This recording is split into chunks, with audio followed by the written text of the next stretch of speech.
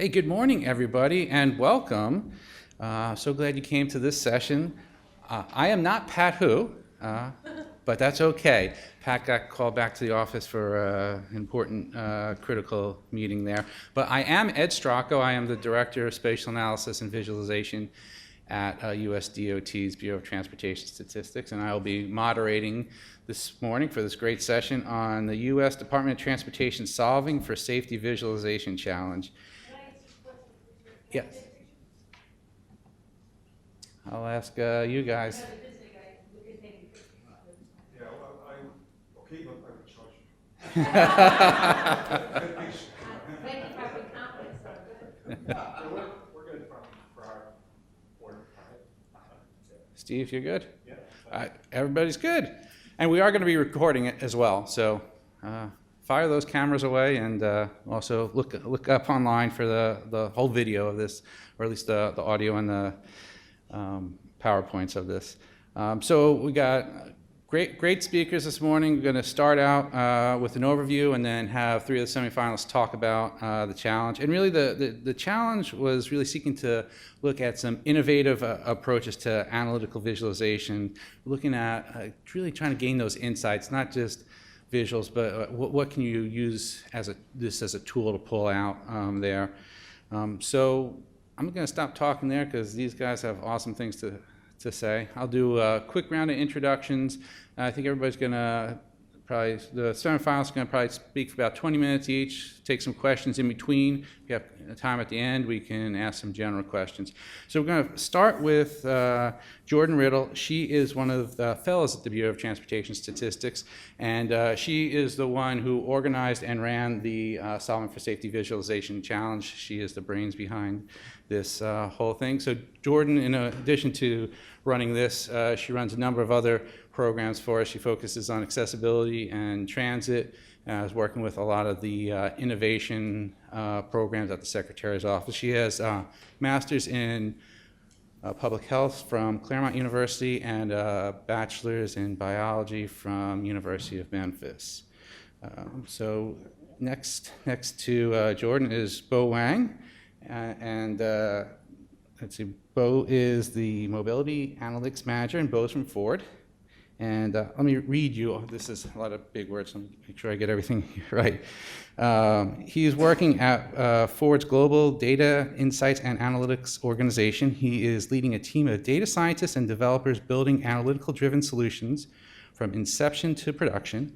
He is involved in several mobility products involving bike sharing, micro-transit operations and routing, multimodal journey planning, autonomous vehicle business planning, and smart city analytics. He holds a BS, MS, and PhD in transportation engineering from Iowa State University. Next is Cal Copley from Ford as well. He is the product owner of Safety Insights. Cal's a data scientist in Ford Motor Company's Smart Mobility Division. He completed his MS in Urban Informatics from Northeastern University in the fall of 2017.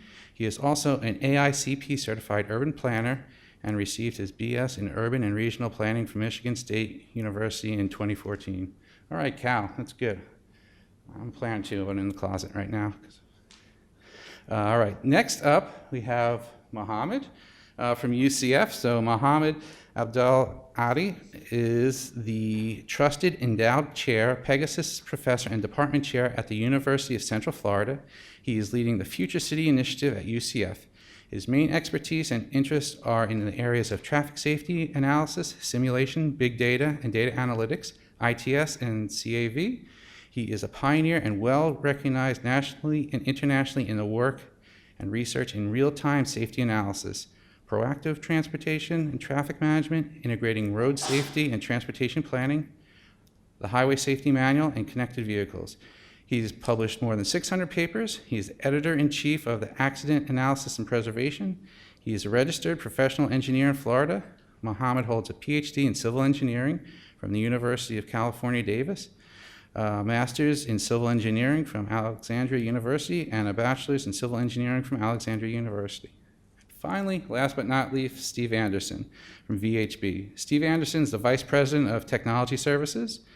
He is the Director of Geospatial and Innovation Solutions. Steve works closely with VHB's service leaders and collaborates with GIS leaders across the organization to build an overall vision and direction for the use and application of GIS and related technologies to serve to the services that VHB provides. Steve has led and participated in developing many state and local government GIS plans, development, and implementation projects. In 2014, Steve was appointed by the Governor of Connecticut to the state's Open Data Advisory Panel. He's also co-authored and published the design and implementation of geographic information systems. Steve earned a Bachelor's of Science in Civil Engineering from the University of Hartford and is a certified geographic information systems professional. All right, got all that out of the way. Awesome panel. Jordan, come on up and tell us all about the challenge, and let's dig into this.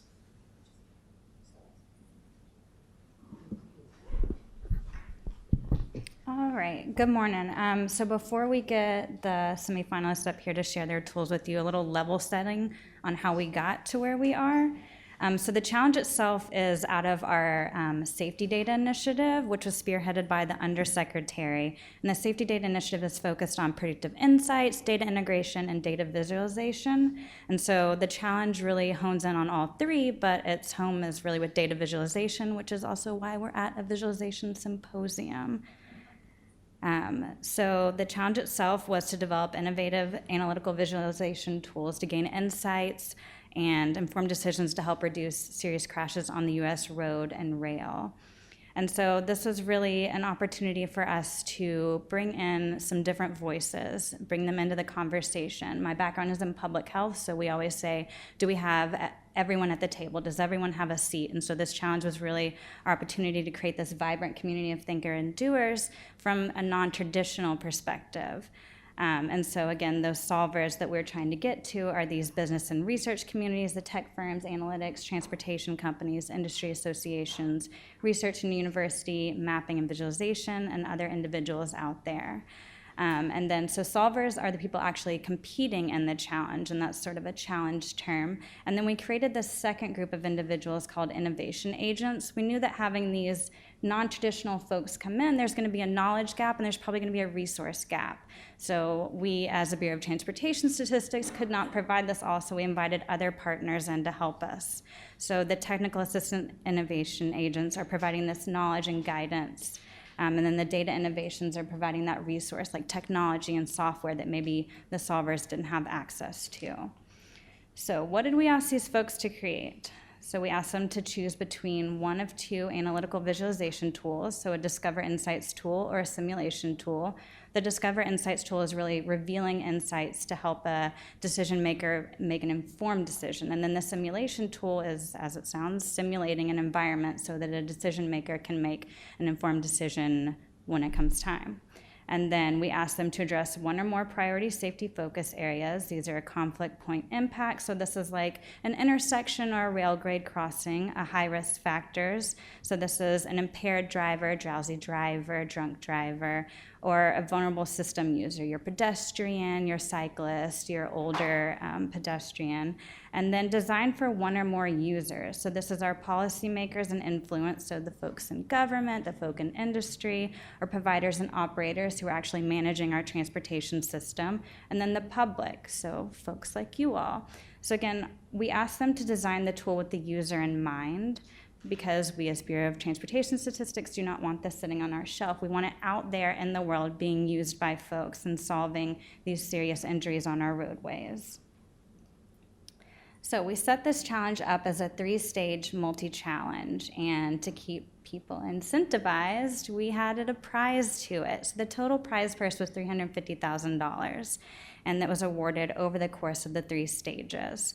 So our first stage was ideation, and this is really spaghetti on the wall. Give us what you want. We wanted to remove the barrier that sort of a grant or a traditional contract would have. We wanted non-traditional folk not to have that barrier of, oh, this is a lot. We wanted them to come to us with their ideas, and then as the challenge would move on, we would refine it with them.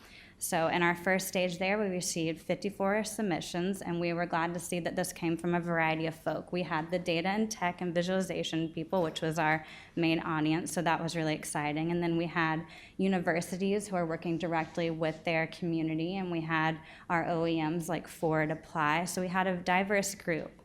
And then the second phase that moved on was we selected 5 semifinalists, so some of the folks that are sitting in front of you today. So that was Ford, UCF, VHB, Arity, and Uber. So these folks were moving on to move from their idea concept into a more conceptualized idea. And so as we moved on from this, we're taking the judging criteria into more of a more technical aspect. So then from this, the 5 semifinalists submitted their proof of concept and did a prototype, and they actually presented their tools at the TRB annual meeting, and we did a demonstration there that was moderated by our undersecretary. And so from these 5 semifinalists, we have down selected to 2 finalists, which are UCF and Ford. And so they have moved on to develop their concept into this actual working tool. Because again, we want to deploy this tool into the environment so that folks can use this and start making informed decisions on the roadways. So this working tool was, again, a more technical judging criteria. So we want to make sure that the smoke and mirrors, there's actually a full working tool behind this that can be deployed to folks. So these finalists are now competing for a prize purse, the final prize purse of $250,000. So stay tuned, we're very close to announcing that. And then a look at our submissions here. So again, we had 54 ideas, and I'd say there was a few buckets that we put the submissions in. It was exciting that we had folks apply that were sort of not quite there, but they wanted the department to see their tool. So there are folks out there who are interested in sharing solutions for our roadways. And then I'd say the next bucket up from that was more of, okay, these are great things, but we have the experts here at the department already working on it, so not quite what we're looking for. And then the next bucket up from that was, all right, these are great things, but we're still kind of looking for something innovative and novel. And then the next group up from that was actually where these folks landed, as in our high group there, of they had something novel, innovative, something that could be deployed, something that we aren't doing, something that could really work on our roadways. So they are, our 5 semifinalists were in that group, and they are all pictured on there. That was Ford, UCF, Arity, Uber, and VHB. And then we moved on to the 2 finalists who had something that was extra special that we really saw would be great for our users here on the U.S. roadways that they could use. That's Ford and UCF. And we're not done with them quite yet. So even with the end of the challenge, we know that these tools can really make some impacts on our roadways. So we're excited that in the second phase of our safety data initiative that we're moving into more of this usability of tools. And so we actually are releasing a one-time funding opportunity where state and local governments can apply to pilot these. And they actually are working with pilots already with their communities, but we want to extend this further. So you guys aren't done with us yet, and we look forward to keep working with you.